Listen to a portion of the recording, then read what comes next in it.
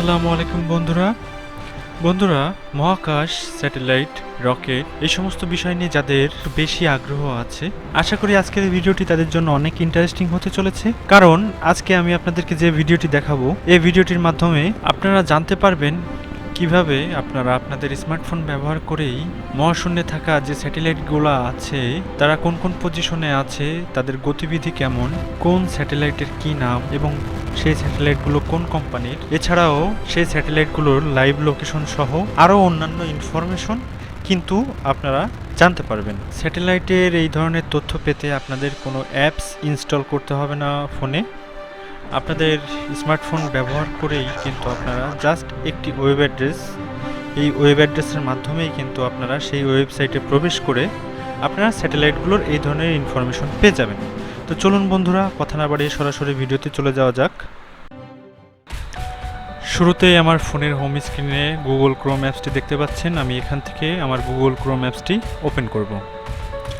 তো এরপর search or type web অ্যাড্রেসে ক্লিক করব। এখান থেকে একটি ওয়েব অ্যাড্রেস আমাকে সার্চ দিতে হবে।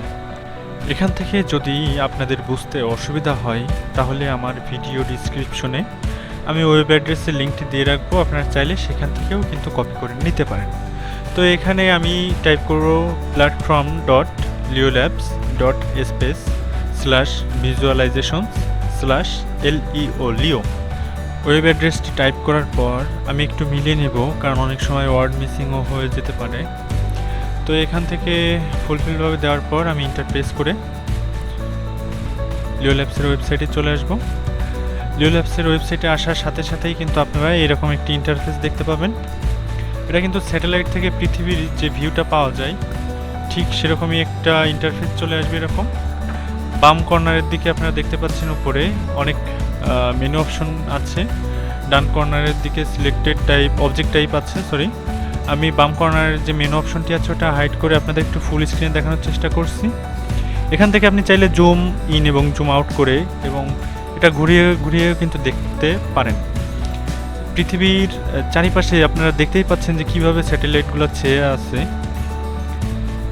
এখানে কিন্তু কালার ডিফারেন্টের মাধ্যমে বিভিন্ন অবজেক্ট চেনানো হয়েছে। এখান থেকে আপনি এলোমেলোভাবে যে স্যাটেলাইটের আইকনগুলো বেশি বেড়াচ্ছে যেটার উপরে ক্লিক করেন না কেন সেটারই ইনফরমেশন কিন্তু আপনাকে এখানে শো করবে। আপনি দেখতেই পাচ্ছেন যে আমি অলরেডি একটি স্যাটেলাইটের উপর ক্লিক করেছি, এটার নাম, এবং ডান সাইডে দেখতেই পাচ্ছেন যে এটার আরও অন্যান্য ইনফরমেশন চলে আসছে। আমি আরেকটি স্যাটেলাইটের অবজেক্টে ক্লিক করেছি। এভাবে আপনারা যেটার উপরে ক্লিক করেন না কেন সেটারই কিন্তু ইনফরমেশন আপনারা এভাবে পেয়ে যাবেন। আমি আপনাদেরকে কয়েকটি স্যাটেলাইটে ক্লিক করে সেগুলো ইনফরমেশন দেখানোর চেষ্টা করছি।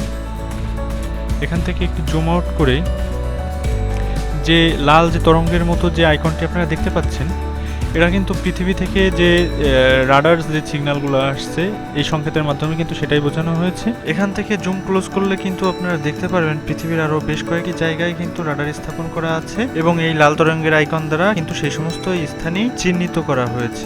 সম্প্রতি 2022-এর 28 আগস্ট স্পেস এক্স কোম্পানি 52টি স্যাটেলাইটের সমন্বয়ে স্টার্লিং G4 নামে যে স্যাটেলাইটগুলো মহাকাশের উদ্দেশ্যে লঞ্চ করেছিল, এখানে কিন্তু আপনারা একটু ভালো করে লক্ষ্য করলে দেখতে পারবেন সেই স্যাটেলাইটগুলোর উপস্থিতিও কিন্তু এখানে রয়েছে।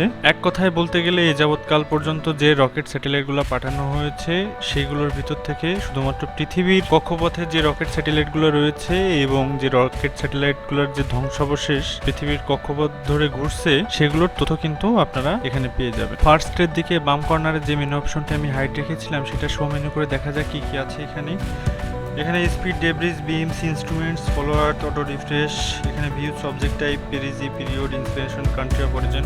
আসলে এখানে যে তথ্যগুলো দেওয়া আছে এই বিষয়ে তেমন আমার কোনো ধারণা নাই, আমি যার জন্য আপনাদেরকে সঠিক কোনো ধারণা দিতে পারছি না।